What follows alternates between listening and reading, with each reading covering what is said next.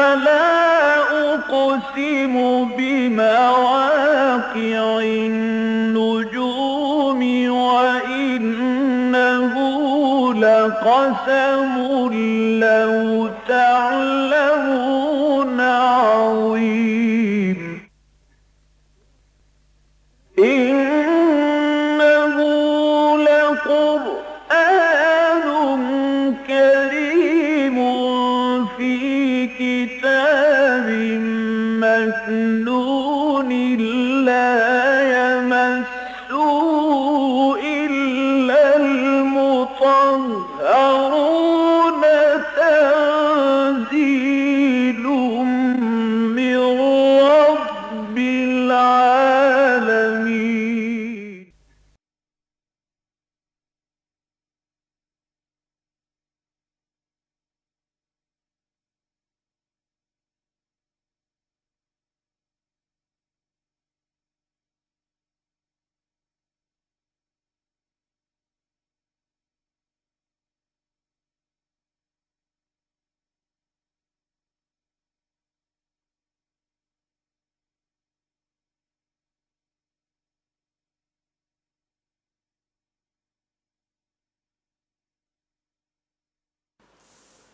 نحمده ونصلي على رسوله الكريم اما بعد فقد قال الله تبارك وتعالى كما ورد في سورة المائدة اعوذ بالله من الشيطان الرجيم بسم الله الرحمن الرحيم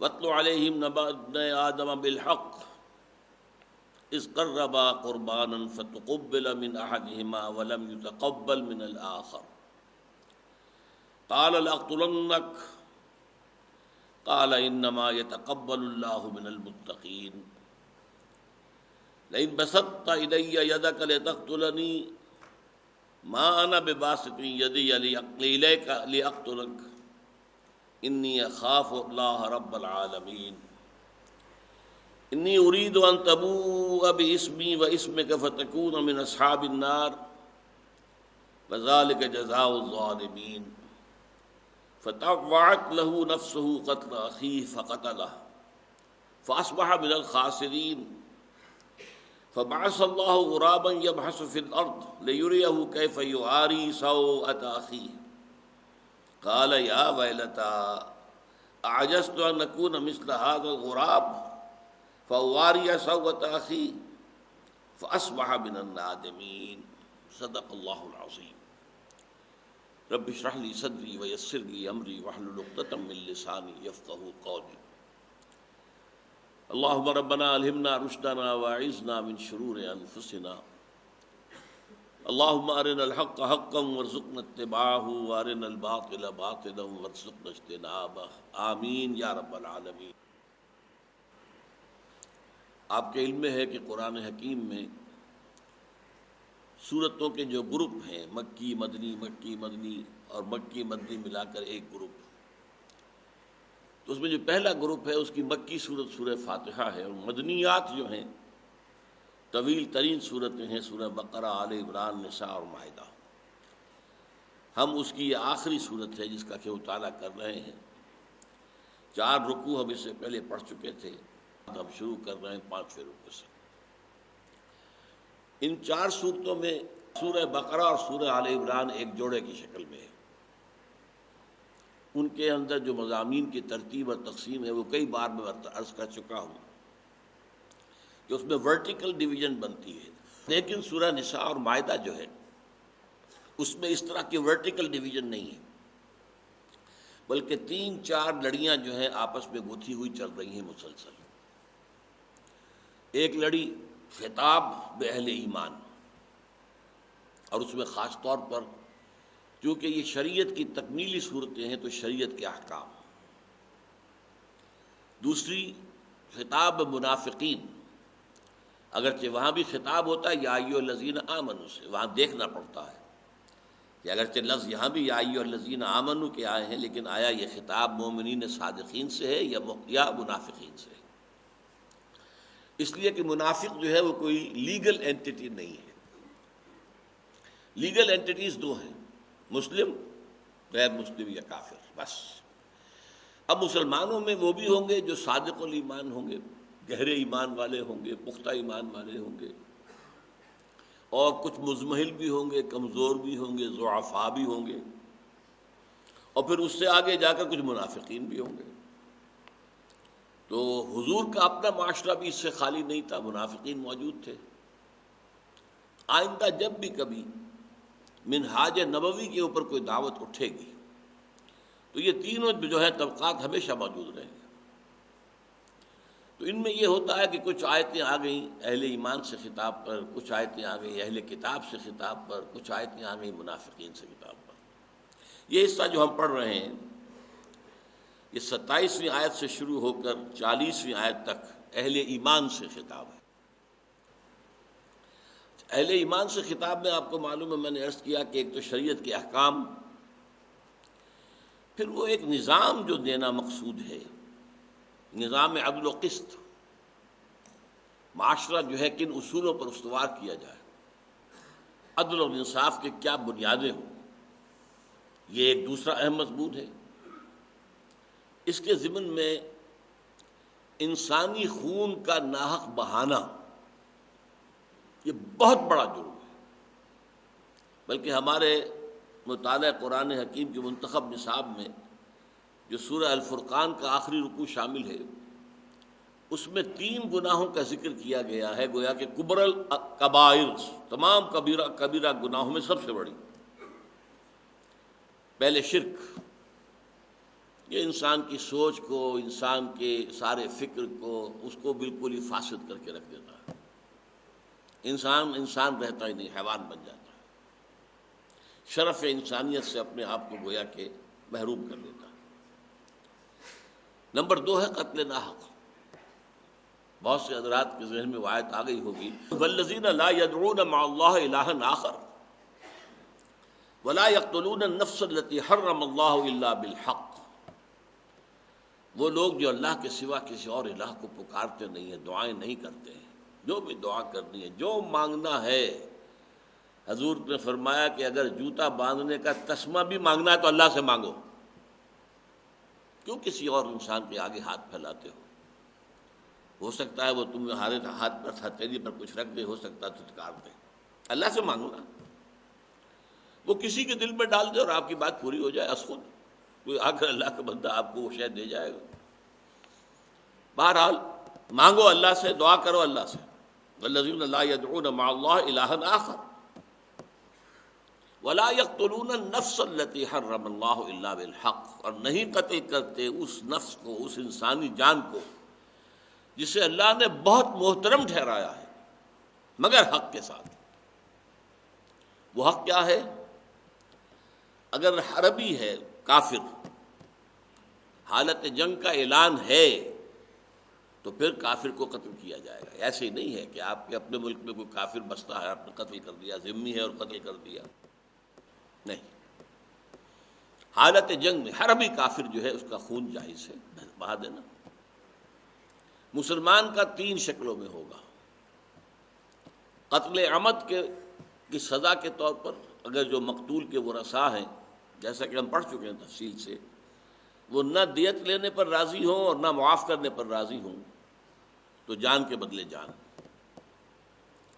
تیسرے ہے اگر کوئی شادی شدہ مرد یا عورت زنا کرے تو وہ قتل کی بہت تکلیف دہ شکل جو ہے رجم، پتھر مار مار کر ان کو ہلاک کیا جائے۔ چوتھے یہ کہ کوئی شخص مرتد ہو جائے، اس کو قتل کیا جائے، یا تو وہ بھاگ جائے، ملک سے نکل جائے، آپ کے پکڑ میں نہ آئے، وہ بات دوسری ہے، ورنہ مرتد کا قتل واجب ہے۔ تو مرتد کی سزا قتل اور زانی، شادی شدہ یا زانیہ کی سزا رجم، یہ ان کے حلق سے نیچے نہیں اترتی۔ تو بہت سے دانشور ہمارے ہاں ایسے ہیں جو اس کے خلاف لکھ رہے ہیں۔ نہ صرف یہ کہ جدید دانشور، بلکہ ہمارے ہاں قدیم طرز پر تعلیم یافتہ بعض علماء جو یہاں تک کہ وہ مفسر ہونے کے مقام کو پہنچ گئے، ان کے حلق سے بھی یہ چیزیں نہیں اترتی، کڑوی گولیاں ہیں۔ بہرحال قتل ناحق میں آپ کو بتا رہا تھا کہ ان 4 کے سوا کافر حربی ہو جس سے جنگ کا اعلان ہو۔ نمبر 2، قتل عمد، جان بوجھ کر قتل کیا گیا ہو، قتل خطا نہیں، قتل عمد۔ یہ نہیں کہ آپ نے گولی چلائی تھی ہرن پر لگ گئی کسی اور کو جا کر، قتل خطا ہے۔ تیسرے یہ کہ زانی، شادی شدہ یا زانی یا قتل رجم کے ذریعے۔ چوتھے قتل مرتد۔ آپ دیکھ رہے ہیں ہمارے یہاں کیا ہو رہا ہے، ایک شخص مرتد ہو گیا افغانستان میں، عبد الرحمن نامی، وہ مرتد ہو گیا اور اس کو قاضی اور قضات جو وہاں کا اس نے سزا دے دی کہ اس کو قتل کیا جائے۔ اب ایک طوفان مچ گیا، پوری دنیا میں چیمیں گوئیاں شروع ہو گئی۔ وہ دباؤ پڑا کہ پہلے تو یہ دھوکہ دیا کہ ابھی ہم ذرا تحقیق کریں گے کہ وہ پاگل تو نہیں ہے۔ اس کے پاس اس تحقیق کا بھی کوئی نتیجہ سامنے نہیں آیا، وہ خاموشی سے اس کو اٹالین ایمبیسی میں بھیجا اور وہاں سے آگے وہ چلا گیا اٹلی۔ یہ ہمارا حال ہے شریعت کے نفاذ کے سلسلے میں۔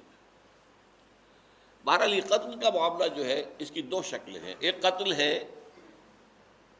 ایک فرد کا قتل کیا جانا، ایک اس سے بھی بہت بڑی شکل ہے محاربہ جسے کہا گیا ہے۔ کوئی گروہ کھڑا ہو جائے منظم اور وہ اسلامی حکومت کو چیلنج کرے، وہاں کے امن و امان کو غارت کرے، فساد مچائے، توڑ پھوڑ کرے، تخریب کرے، راستے مسدود کر دے، لوگوں کو قتل بھی کرے، لوٹ مار کرے، یہ جو ہے اسے محاربہ کہا گیا ہے۔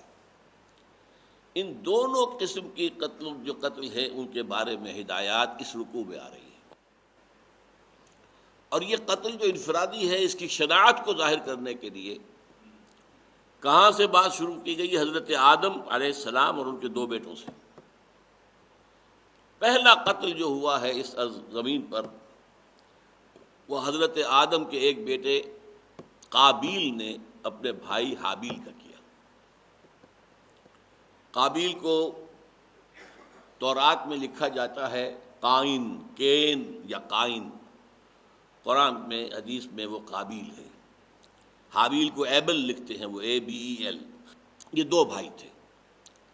اب ان میں کیا نزاع ہوا، کیا جھگڑا ہوا، اس کی کچھ تفصیل آئی ہے بعض روایات کے اندر، کہ بیان یہ کیا گیا ہے کہ وہاں اصل میں یہ طے تھا کہ چونکہ حضرت آدم کے اولاد میں ابھی جو بیٹے اور بیٹیاں ہیں وہ سب آپس میں بھائی بہن ہیں، ان کے رشتے کیسے ہوں، شادی کیسے ہو، اور شادی نہ ہو تو نسل کیسے چلے گی؟ لہذا شریعت نے قانون یہ دیا اس وقت کے لیے عارضی طور پر کہ حضرت حوا کو حمل ہوتا تھا تو ہر وضع حمل پر جڑواں پیدا ہوتے تھے، ایک بھائی ایک بہن، ایک بھائی ایک بہن، ایک بھائی ایک بہن۔ تو ایک ہی حمل سے پیدا ہونے والے وہ بھائی اور بہن تو حقیقی بھائی بہن کی طرح شمار ہوتے تھے جن کے ماں بہن نکاح نہیں ہو سکتا۔ لیکن یہ کہ ایک حمل سے پیدا ہونے والا بھائی، بیٹا، اور دوسرے حمل سے پیدا ہونے والی بیٹی، ان دونوں کا آپس میں نکاح ہو سکتا تھا تاکہ بات جو ہے آگے نسل انسانی کی چل سکے۔ اب ہوا یہ کہ قابیل بڑا تھا، اس کے ساتھ جو بہن جس کی ولادت ہوئی ہے وہ ذرا خوبصورت تھی۔ حابیل بعد میں پیدا ہوا، اس کے ساتھ جو بہن پیدا ہوئی وہ کچھ اتنی خوبصورت نہیں تھی یا بدصورت تھی، واللہ عالم۔ اب قابیل بضد ہو گیا کہ میں نے تو اس سے شادی کرنی ہے، اپنی بہن سے جو میرے ہی ساتھ پیدا ہوئی۔ ظاہر بات ہے کہ اس وقت کی شریعت اور اللہ کے احکام کے خلاف تھا۔ اس کے ضمن میں پھر حضرت آدم کے سامنے معاملہ آیا۔ حضرت آدم نے یہ فیصلہ کیا اس روایت کی روح سے، مجھے اس کے ماننے میں تأمل ہے وہ میں بیان کروں گا،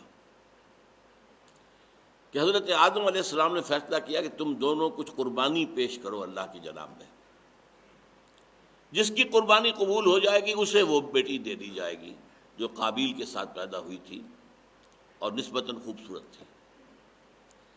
اس پر سارا معاملہ ہوا ہے، قربانی پیش کی گئی، ایک کی قربانی قبول ہو گئی، دوسری کی نہیں ہوئی۔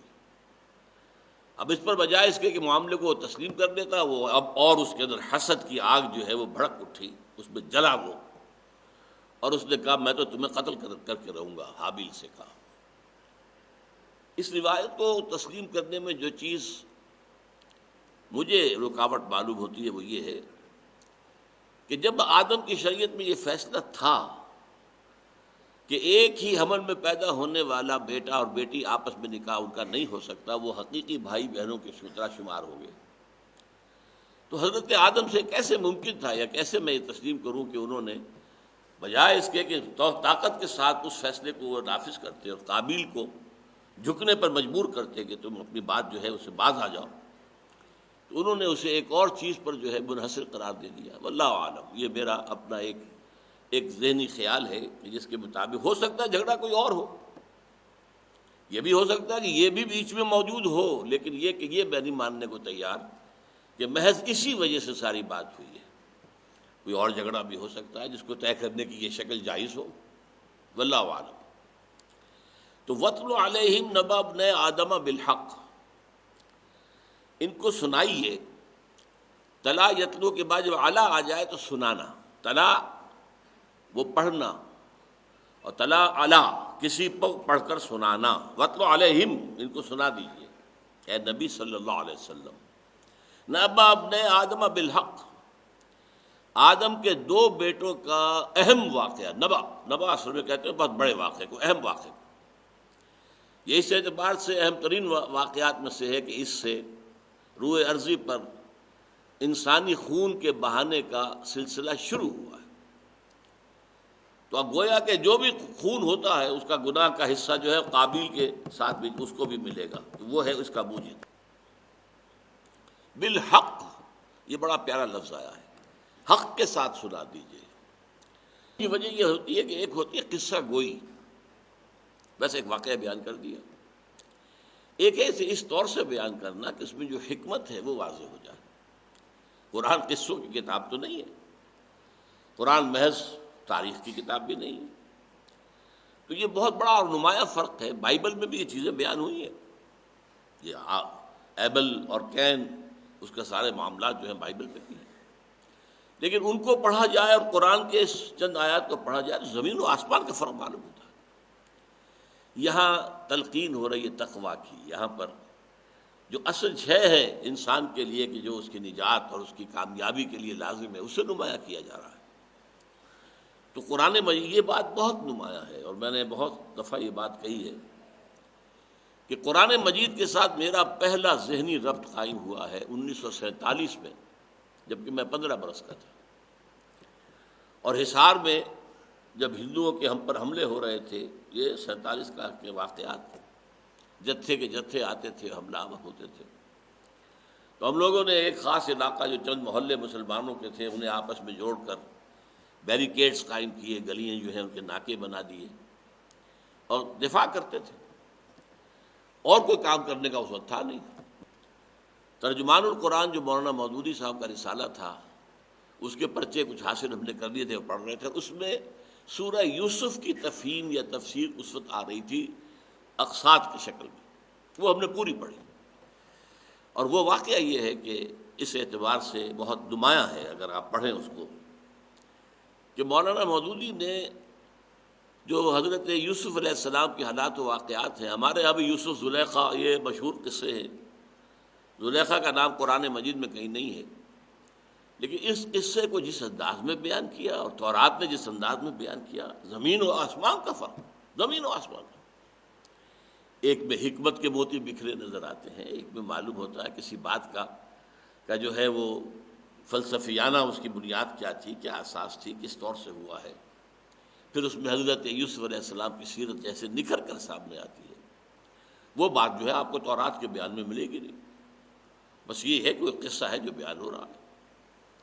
قرآن نے اسی لیے کہا نحن نقص علیک احسن القصص بما اوحینا الیک ھذا القرآن، اے نبی ہم آپ کے سامنے قصہ بیان کرنا چاہتے ہیں بہترین بیان کرنے کے انداز میں، احسن القصص۔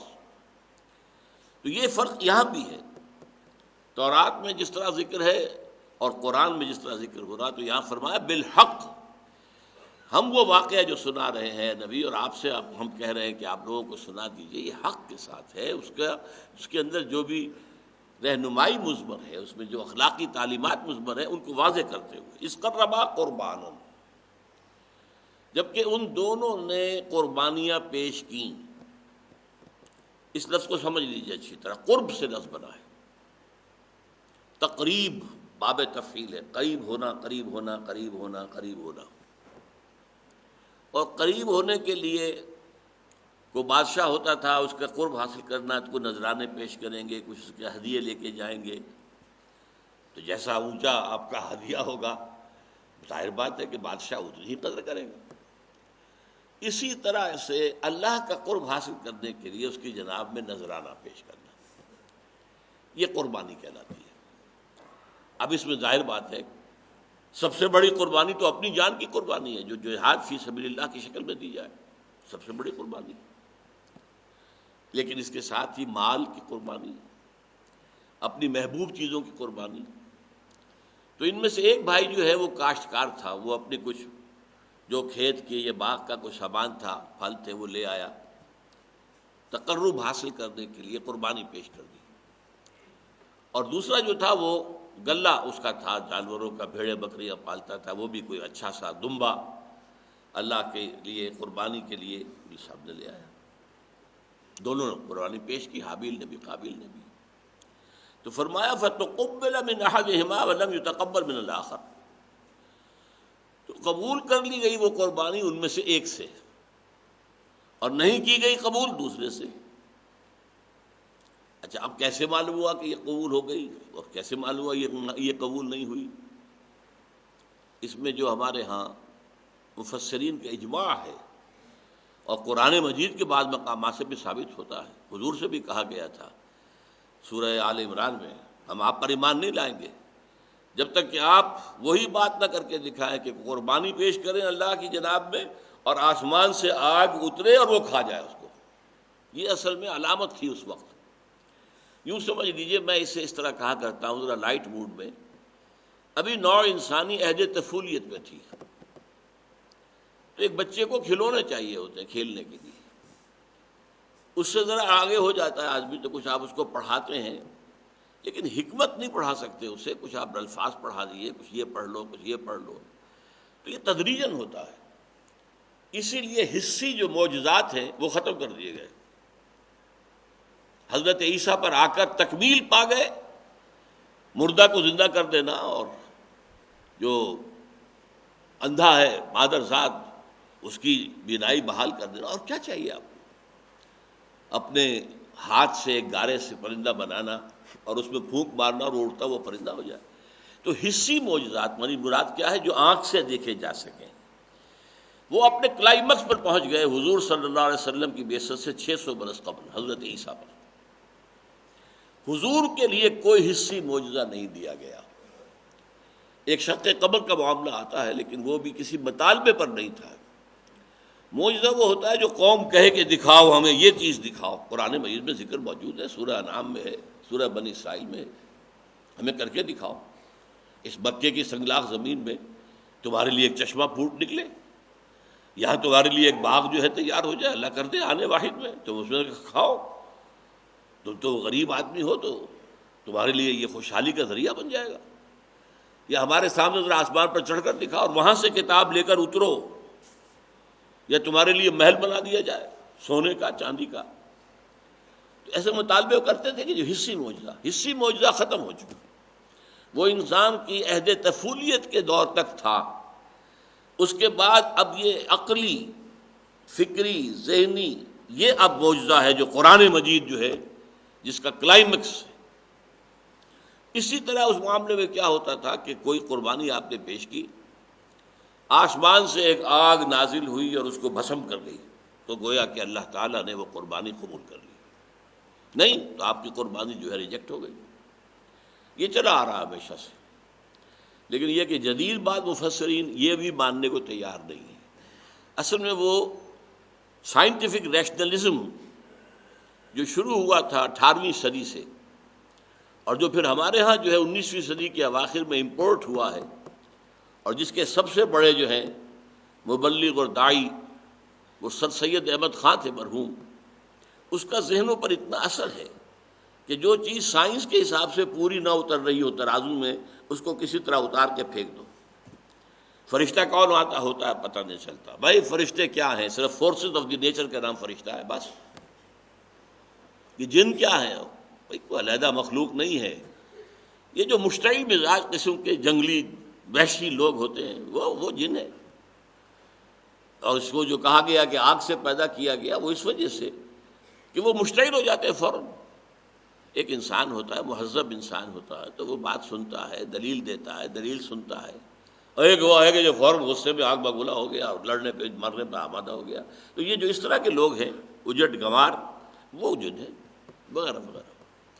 تو اسی طرح بعض مفسرین جو جدید ہیں انہوں نے یہ بات ذکر کرنے سے ابا کیا ہے کہ یہ قربانی کا جو ہے منظور ہو جانا یا نامنظور ہو جانا اس کا کیسے اطلاع ملی. کہا کہ شاید کوئی آسمان سے آواز آ گئی. کوئی آسمان سے آواز کس کی طرف سے آئی ہے؟ وہ تو کسی جن کی بھی ہو سکتی ہے. لیکن واقعہ یہ ہے کہ یہ جب تک کہ ایسا اہم معاملہ، تو اس میں تو جب تک یہ کہ خاص حصی بات نہ ہو، اور ابھی وہ انسان کا عہد طفولیت ہے، وہ حسیات ہی کا عادی ہے.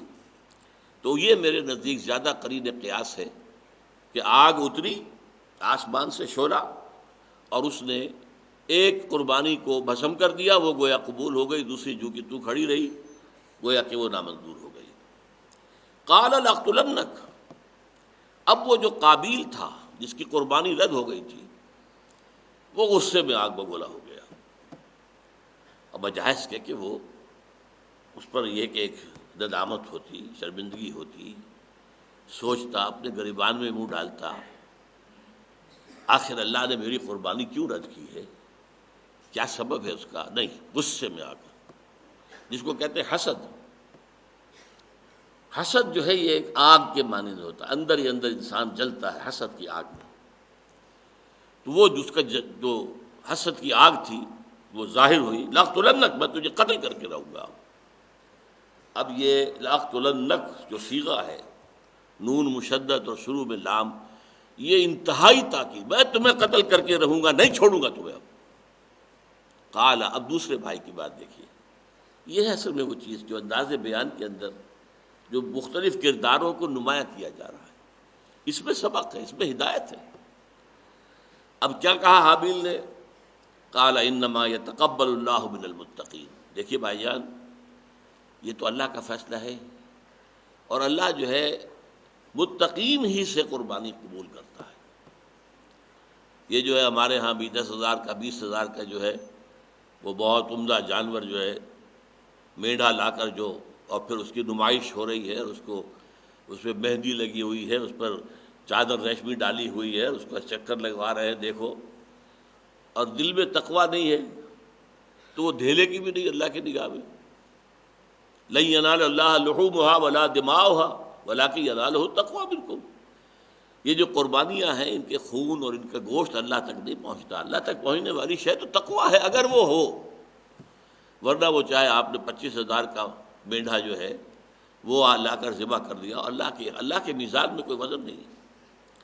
قال انما یتقبل اللہ من المتقین. اللہ تعالیٰ پرہیزگاروں ہی سے قبول کرتا ہے. آپ اپنی روش کو درست کر لیجئے، اپنے معاملات کو صحیح کیجئے، تو اللہ آپ کی قربانی بھی قبول کر لے گا. اگلی بات کیا کہی؟ لئن بسطت الی یدک لتقتلنی ما انا بباسط یدی الیک لاقتلک. اور دیکھیں بھائی جان، اگر آپ نے اپنا ہاتھ بڑھایا میری طرف کہ مجھے قتل کر دیں، تب بھی میں اپنا ہاتھ نہیں بڑھاؤں گا آپ کو قتل کرنے کے لیے. یاد رہا ایک مسئلہ آتا ہے کہ پہلی بات تو یہ ہے کہ یہ معاملہ کس کا ہے؟ یہ دو بھائیوں کا ہے، اور دونوں بھائی کیونکہ مسلمان ہیں، آدم کے بیٹے ہیں. ایک گناہ گار ہے، ایک متقی ہے، لیکن ہیں تو مسلمان ہیں، آدم کے بیٹے ہیں. لہذا یہ جو مشرکین کے ساتھ جہاد اور قتال ہے یہ اس پر اپلائی نہیں ہوگی آیت. اس وقت تو قتال ہے، آپ انہیں قتل کرنے کی کوشش کریں گے، وہ آپ کو قتل کرنے کی کوشش کریں گے. تو وہاں اس طرح کی کوئی جو ہے بے نفسی یا بالکل ایک عدم تشدد، وہ اہنسا پرمو دھرما، وہ گاندھی جس کے جو ہے وہ بڑے پرچارک تھے، یہ اس کا موقع نہیں ہوتا. دو بھائیوں میں معاملہ ہے. اچھا، اس میں بھی دفاع کا حق ہے.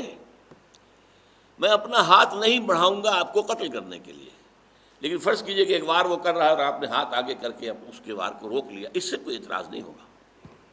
ایک بات ہوتی ہے کہ آپ بھی تو تل جائیں، یہ مجھے قتل کرنے پر تلا ہوا تو اب میں بھی اس کو قتل کرنے پر تل جاؤں، اس سے یہاں پر در حقیقت اس کیفیت کا ذکر ہے کہ لئن بسطت الی یدک، اگر آپ بڑھائیں گے دست درازی، جس کو آپ کہتے ہیں بڑھانا، دست ہاتھ کو بڑھانا، اگر آپ دست درازی کریں گے میری جانب کہ مجھے قتل کر دیں، لتقتلنی ما انا بباسط یدی لیقتلک الیک لیقتلک، میں تو اپنا ہاتھ آگے نہیں بڑھاؤں گا، دست درازی نہیں کروں گا آپ کو قتل کرنے کے لیے۔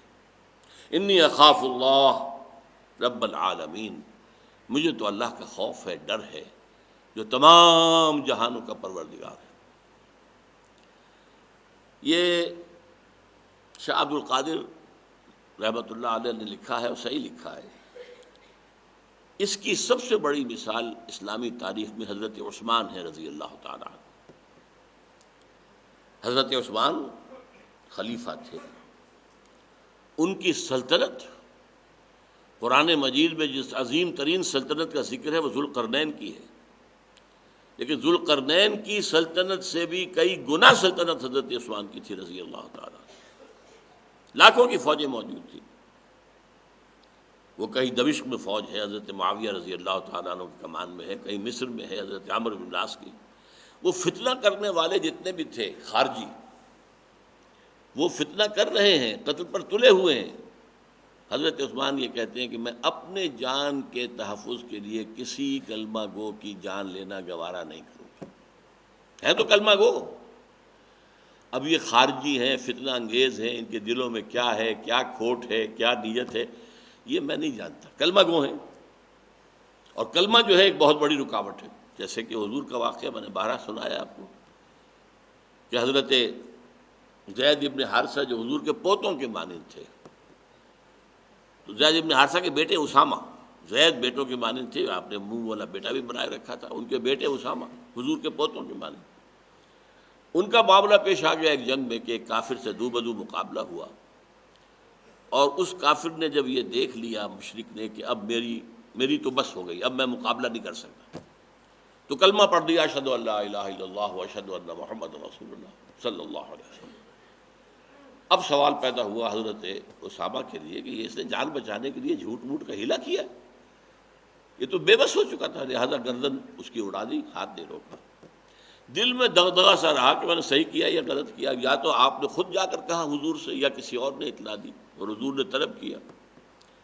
اے اسامہ کیا کرو گے جب قیامت کے دن یہ کلمہ شہادت جو ہے تمہارے خلاف استغاثہ لے کر آیا گا کہ میرے ہوتے ہوئے تلوار چلی؟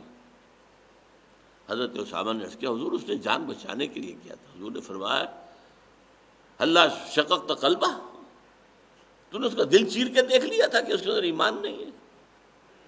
تو یہ ہے معاملہ، ایمان اسلام جو ہے صرف زبان سے شہادت دینا یہ بہت بڑی بات ہے۔ تو چونکہ حضرت عثمان رضی اللہ تعالیٰ عنہ کے خلاف جن لوگوں نے یہ اٹھایا تھا طوفان، تھے تو مسلمان، لہذا آپ نے طے کر دیا تھا یہ جب مجھے قتل کر دیں گے تو گویا کہ جرم ہو جائے گا، اس جرم کا پھر قصاص لیں جو میرے بعد ہوں گے۔ جب تک انہوں نے مجھے قتل نہیں کیا کس جرم کی سزا دوں میں؟ بہرحال اس سے حضرت عثمان کا معاملہ یہ ہے کہ صحابی ہیں، خلیفہ راشد ہیں، لیکن یہ کہ ان کی رائے سے اختلاف کرنا جو ہے اپنا کفر ہے، نہ گناہ ہے۔ ایک مقام بلند تو انہوں نے حاصل کر لیا، عظیمت کی بہت اونچی مثال تو قائم کر دی، لیکن ایک رائے ہو سکتی ہے کہ بہتر ہوتا کہ وہ اس الفتنہ اندازوں کے خلاف کوئی کارروائی کرتے۔ واللہ اعلم۔ تو یہ مثال جو ہے اس میں میں آپ کو علامہ اقبال کا ایک شعر سناتا ہوں جس میں میں نے ترمیم کی ہے۔ علامہ سے جو مجھے محبت ہے اور جو ان کے اشعار میں قرآن مجید کے گہرے حقائق کی جو ترجمانی ہوئی ہے اس کی وجہ سے جو میرے دل میں قدر ہے ان کی، وہ سب کو معلوم ہے، وہ اس میں کچھ بیان کرنے کی ضرورت نہیں ہے۔ ایک شعر کہتے ہیں، میں حیران ہوا اس شعر پر کہ کیسے علامہ نے یہ شعر کہا۔ غریب و سادہ و رنگی ہے داستان حرم، نہایت اس کی حسین ابتدا ہے اسماعیل۔ یہ حرم کی داستان جو ہے یعنی امت مسلمہ چلی آ رہی ہے نا، حضرت ابراہیم بھی مسلم تھے، یہ ساری ایک امت چلی آ رہی ہے، ہذہ امتکم امۃ واحدہ۔ تو حضرت حسین قتل ہوئے مظلوماً، ادھر حضرت اسماعیل جو ان کے جد امجد تھے، تو ان کی گویا کہ تشبیہ قائم کر رہے ہیں کہ غریب و سادہ اور رنگین ہے داستان حرم، نہایت اس کی حسین، ابتدا ہے اسماعیل۔ میں یہ کہتا ہوں کہ حضرت حسین رضی اللہ تعالیٰ عنہ اور حضرت اسماعیل علیہ السلام کے مابین کیا چیز قدر مشترک ہے؟ حضرت اسماعیل کو ذبح کرنے کا حکم اللہ نے دیا ہے اور خلیل اللہ اس پر عمل کر رہے ہیں۔ یہاں یہ بدماش کوفی تھے جنہوں نے قتل کیا، کیا مناسبت ہے؟ پھر حضرت اسماعیل انہوں نے سرے سے رجسٹ نہیں کیا، باپ سے کہا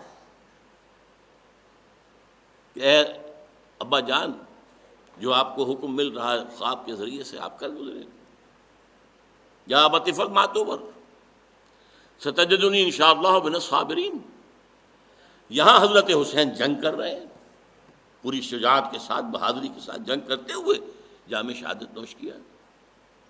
پھر حضرت اسماعیل شہید نہیں ہوئے، ذبح نہیں ہوئے، وہ ہو گئے۔ تو کیا چیز قدر مشترک ہے سوائے ایک عقیدت کے کہ عقیدت حضرت حسین رضی اللہ تعالیٰ عنہ سے عقیدت ہونا اچھا ہے، اور پھر وہ مقتول ہے، مظلوم ہے، اس میں کوئی شک نہیں ہے۔ لیکن یہ کہ مشابہت اور تشبیہ قائم کی جاتی کسی بنیاد پر، تو میں نے اس شعر کو بدلا ہے، اور امید ہے آخرت میں اگر ملاقات ہوگی تو علامہ بھی پسند کریں گے۔ غریب و سادہ اور رنگی ہے داستان حرم، نہایت اس کی ہے عثمان، ابتدا حابیل۔ حابیل نے کہا تھا میں نہیں قتل کروں گا، میں اپنا ہاتھ نہیں اٹھاؤں گا، وہ حضرت عثمان نے کیا رضی اللہ تعالیٰ عنہ۔ حابیل سے کروڑ گنا زیادہ بات ہے یہ۔ حابیل کے پاس کوئی فوج نہیں تھی، دو بھائیوں کا صرف معاملہ تھا، ادھر بھی ایک آدمی ادھر بھی ایک آدمی۔ یہاں یہ ہے کہ فوج ہے لاکھوں کی اور اپنی طاقت استعمال نہیں کر رہے، تو نہایت اس کی ہے عثمان۔ اس سے اونچی بات تو ہو سکتی ہی نہیں ہے، ناممکن ہے۔ میں نے کہا نا کہ یہ عظیمت کا ایک وہ بہت اونچا مقام حضرت عثمان نے حاصل کر لیا، کوئی شک ہی نہیں اس میں۔ لیکن یہ کہ اس کی مناسبت بنتی ہے حابیل کے ساتھ، اور یہ بات جو ہے شاہ عبد القادر دہلوی رحمۃ اللہ علیہ نے لکھی ہے کہ یہ مثال حضرت عثمان رضی اللہ تعالیٰ عنہ پر ثابت ہوتی ہے۔ انی ارید ان تبوء باسمی و اسمک فتکون من اصحاب النار۔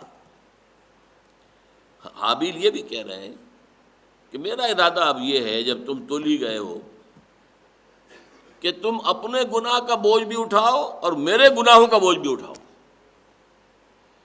تم مجھے مظلوماً قتل کر دو گے، میرا کوئی جرم نہیں ہے، میں نے تمہیں کوئی نقصان نہیں پہنچایا ہے، میں نے تمہارے خلاف کوئی اقدام نہیں کیا ہے، تو جو مظلوم ہوتا ہے مقتول بغیر کسی سبب کے قتل کر دیا جائے تو اس کے گناہ کا بوجھ جو ہے وہ قاتل کے اوپر چلا جاتا ہے، گناہوں کا۔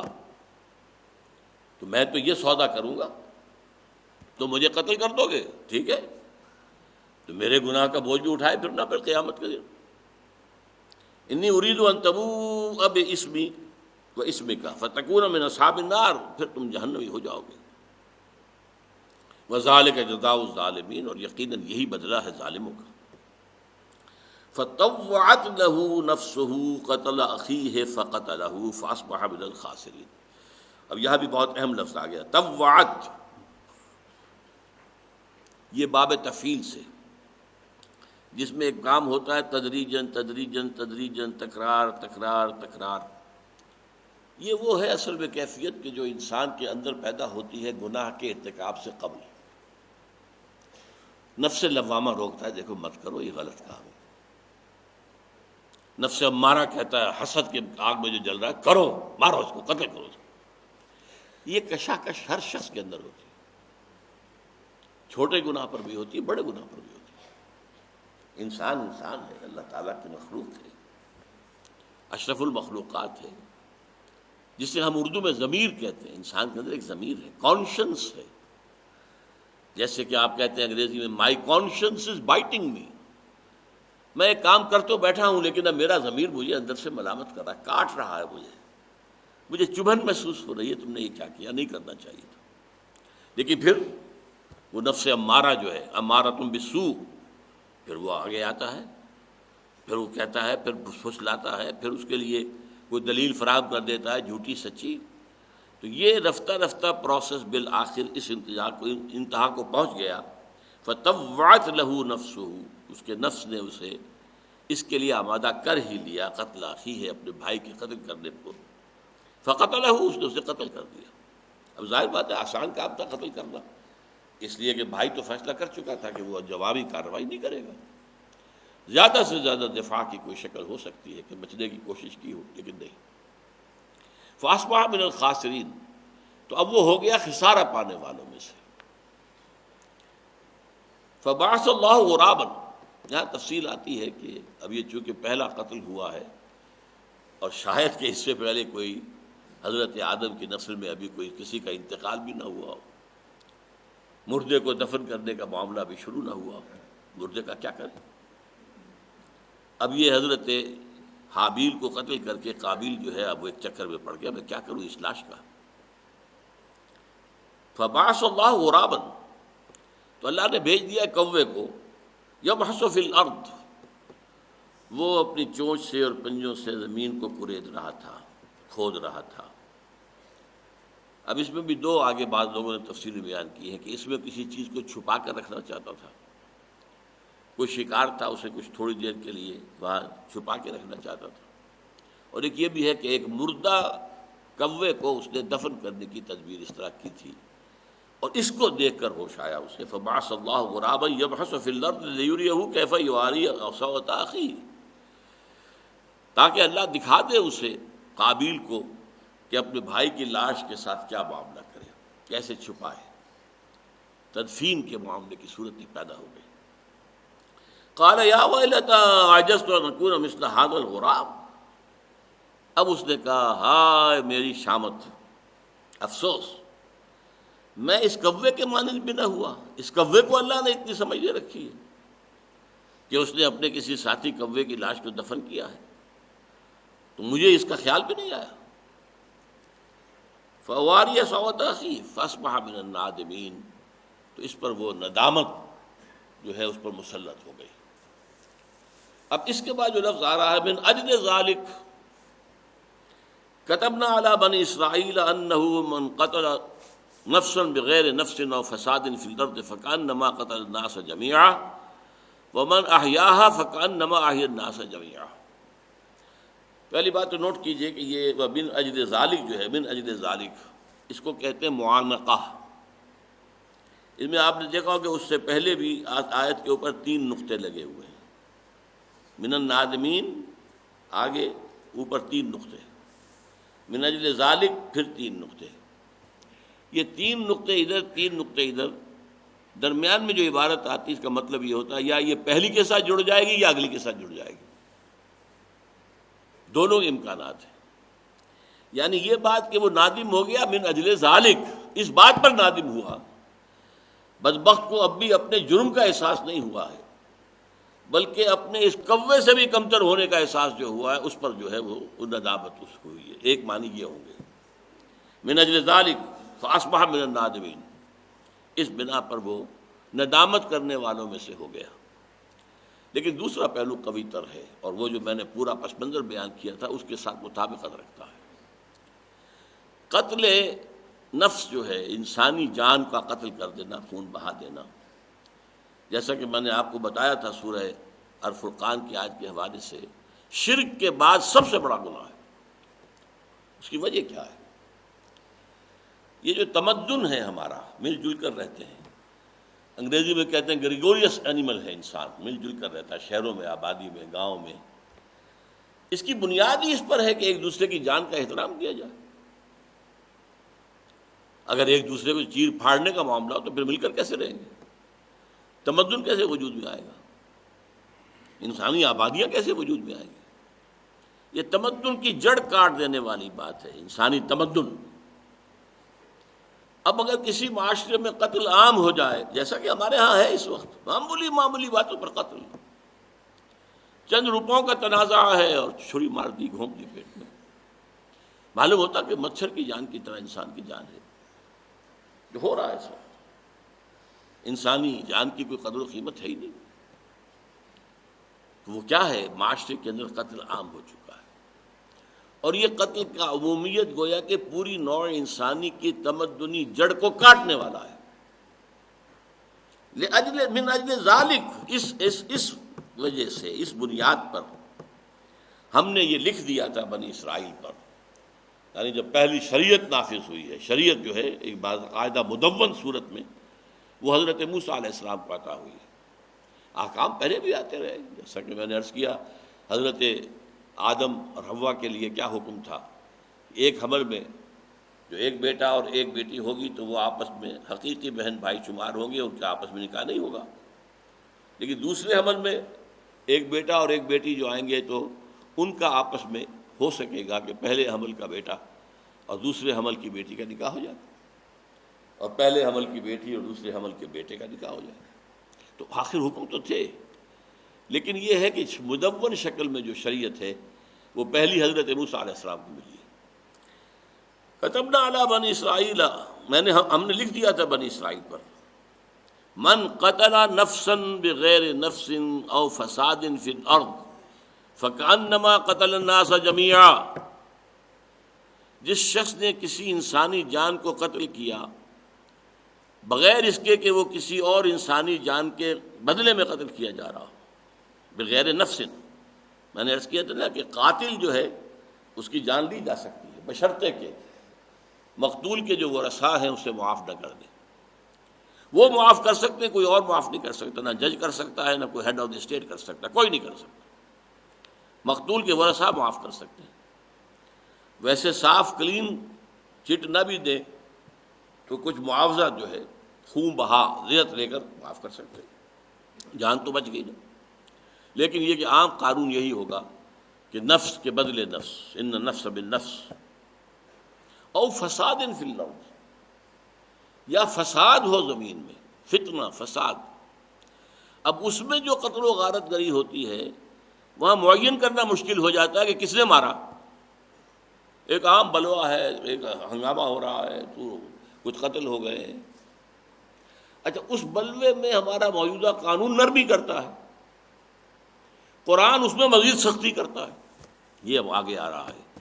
یہ جو اجتماعی جو ہے نقص امن جس کو کہیں گے، نقص امن کہہ لیجیے، نقص بھی اور نقص بھی، نقص کے معنی توڑ دینا، تو یہ جو ہے یہ تو اس سے بھی بڑا جرم ہے جو اب آگے آئے گا.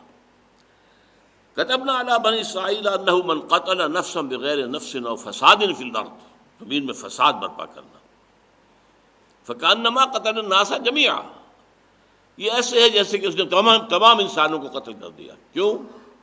کہ وہ جو تمدن کی جڑ تھی اسے کاٹ دیا. اب تمدن کس چیز پر قائم ہوگا؟ ومن احیاها، اور جس نے اسے زندہ رکھا یا بچایا. کوئی یہ قتل کر رہا ہے، دوسرے نے ہاتھ روک لیا اس کا، من احیاها، اس نے گویا کہ جو قتل ہو جاتا اس کی جان بچا لی. تو جس نے بچا لیا فکأنما احیا الناس جميعا، تو گویا کہ اس نے تمام انسانوں کو بچا لیا. وَلَقَدْ جَاءَتْهُمْ رُسُلُنَا بِالْبَيِّنَاتِ، اور ان کے پاس ہمارے رسول آئے بینات کے ساتھ، کھلی کھلی نشانیاں، کھلے کھلے احکام کے ساتھ. ثُمَّ إِنَّ كَثِيرًا مِّنْهُمْ بَعْدَ ذَلِكَ فِي الْأَرْضِ لَمُسْرِفُونَ، پھر بھی ان میں سے بہت سے لوگ وہ ہیں، اس سب کے باوجود کہ ہم نے کتابیں نازل کر دی، ہم نے شریعت نازل کر دی، ہم نے نبی بھیجے، رسول بھیجے، اس کے بعد بھی زمین میں بہت سے وہ لوگ ہیں جو زمین میں فساد مچاتے ہیں، اسراف کرتے ہیں، زیادتیاں کرتے ہیں، تعدی کرتے ہیں. اب وہ اگلا اجتماعی معاملہ آ رہا ہے. انما جزاء الذین یحاربون اللہ ورسولہ ویسعون فی الارض فسادا، لفظ فساد جو اوپر بھی آیا تھا اب یہاں آ گیا. یقیناً وہ لوگ جو محاربہ کرتے ہیں اللہ اور اس کے رسول سے، حرب کے معنی جنگ، محاربہ باب مفعلہ، چیلنج کرنا، کہیں بغاوت ہے. اللہ اور اس کے رسول سے مراد اسلامی حکومت، اسلامی حکومت جو اللہ کا حکم نافذ کرتی ہے اور رسول کے حکم پر چلتی ہے، وہ گویا کہ قائم مقام ہے اللہ اور اس کے رسول کی. تو جو لوگ اللہ اور اس کے رسول کے ساتھ محاربہ کرتے ہیں، یعنی اسلامی حکومت کے خلاف چیلنج کر رہے ہیں، بغاوت کر رہے ہیں، فتنہ اٹھا رہے ہیں، زکوٰۃ نہیں دیں گے، اس کے اوپر محاربہ ہوا، جنگ ہوئی۔ اسی طریقے سے کسی علاقے کے اندر فتنہ ہو گیا، فساد ہو گیا، قتل و غارت بھی ہو گئی، تو یہ جو ہے سب کوئی راستے مسدود کر دیے گئے، روک دیے گئے، تو ہوتا رہتا ہے، آج کی دنیا کے اندر ہوتا ہے۔ انما جزاء الذین یحاربون اللہ ورسولہ ویسعون فی الارض فسادا، وہ چاہتے ہیں زمین میں فساد پیدا کر دینا، وہ جو بھی اللہ اور اس کے رسول کے نام پر حکومت قائم ہے اس کو درہم برہم کرنا چاہتے ہیں، فساد اس کے اندر پیدا کرنا چاہتے ہیں۔ اب ان کی سزا کیا ہے؟ ان یقتلوا او یصلبوا او تقطع ایدیہم وارجلہم من خلاف او ینفوا من الارض۔ یہ سخت ترین انداز ہے، باب تفصیل میں صیغے آ رہے ہیں۔ یقتلوا، قتل کر دیے جائیں، لیکن قتل کرنا ایک تو یہ تلوار کا ایک وار ہوا، جیسے سعودی عرب میں قاتل کا سر قلم کیا جاتا ہے، وہ اس نے سر کیا ہوا، نیچے ایک تلوار کا وار ہوا، گردن کٹ کر علیحدہ جا پڑی، تو اس میں کوئی تکلیف اس کو نہیں ہوتی۔ وہ قتل سے پہلے جو خوف ہے، یہ ہے، وہ اپنی جگہ پر ہے، لیکن قتل کے عمل میں کوئی تکلیف نہیں۔ یا آج کل جیسے ویسٹ میں ہو رہا ہے، آپ نے کرسی پر بٹھا دیا، وہ بیٹھا کرسی کے اوپر، اچانک وہ بٹن دبایا اور گیا، اسے کوئی تکلیف نہیں ہوتی۔ یہاں تقتیل ہے، تکلیف دے دے کر مارو اسے، یعنی اس کے اندر یہ مفہوم بھی ہو سکتا ہے اس کے ٹکڑے کرو۔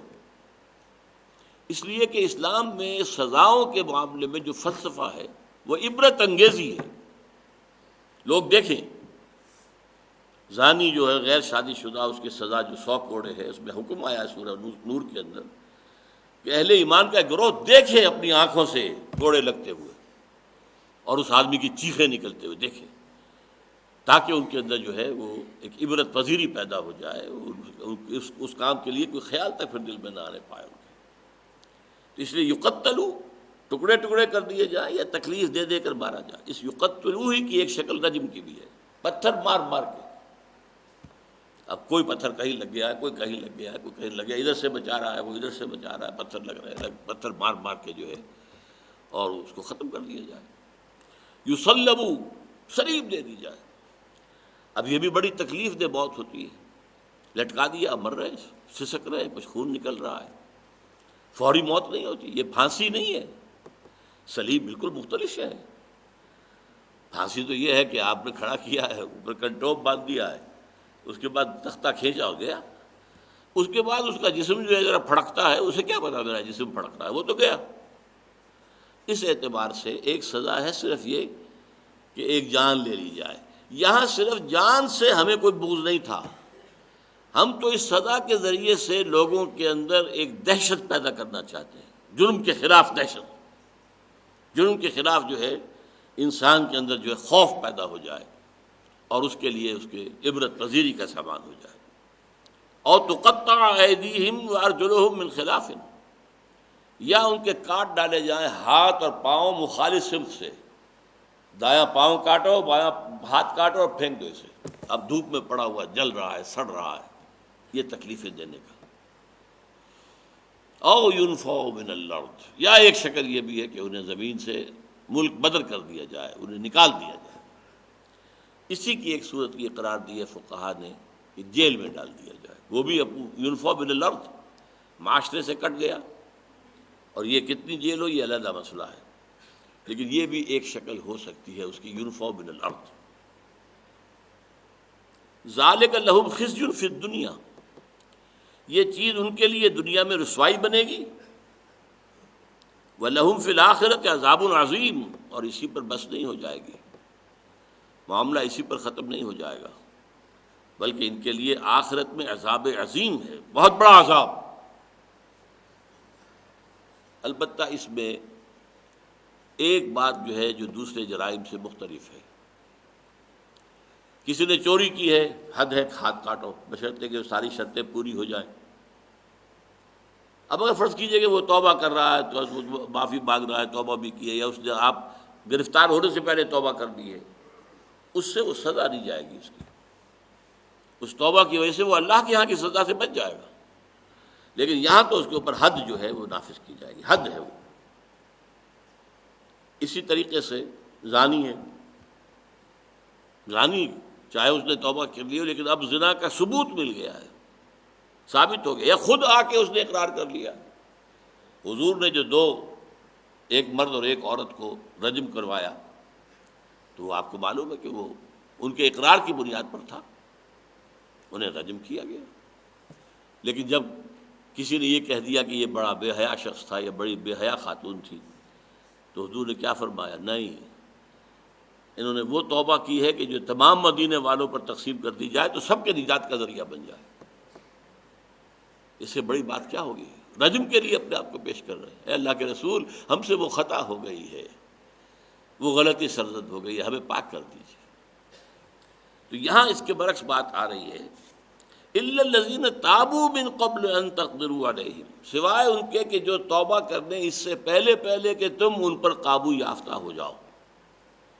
اگر تو تم نے اسے انہیں گرفتار کر لیا پہلے ہی تو پھر تو یہ سزا ملے گی، اگر اس سے پہلے کہ تم ان کے اوپر قابو یافتہ ہو جاؤ، انہیں پکڑ سکو، ان کو شکست دے سکو، اس سے پہلے توبہ کر لیں، تو پھر یہ ہے فَاعْلَمُوا أَنَّ اللَّهَ غَفُورٌ رَحِيمٌ، تو جان لو کہ اللہ تعالیٰ بھی غفور اور رحیم ہے۔ اس لیے کہ یہ بڑے پیمانے پر ہوتا ہے، تو اگر سب کو قتل کیا جائے گا تو بہت بڑی بات بن جائے گی، تو ایک راستہ نکال دیا گیا ہے، اگر ان کے مغلوب ہونے سے پہلے وہ توبہ کر لیں تو انہیں چھوڑ دیا جائے گا۔ یہ ہے اس محاربے کا قانون جو قرآن مجید نے دیا۔ پہلے ایک انفرادی قتل کا معاملہ، یہ چونکہ بہت کثرت سے ہوتا ہے معاشرے میں، اس پر تفصیل سے گفتگو کی گئی ہے۔ یہ محاربہ جو ہے عام طور پر نہیں ہوتا، خاص حالات میں ہوتا ہے، اس پر بھی اس کی سزا بیان کر دی گئی، لیکن یہ حد نہیں ہے، یہ تعزیرات کے دائرے میں آتی ہے۔ بارک اللہ لی و لکم فی القرآن العظیم ونفعنی و ایاکم بالآیات والذکر الحکیم۔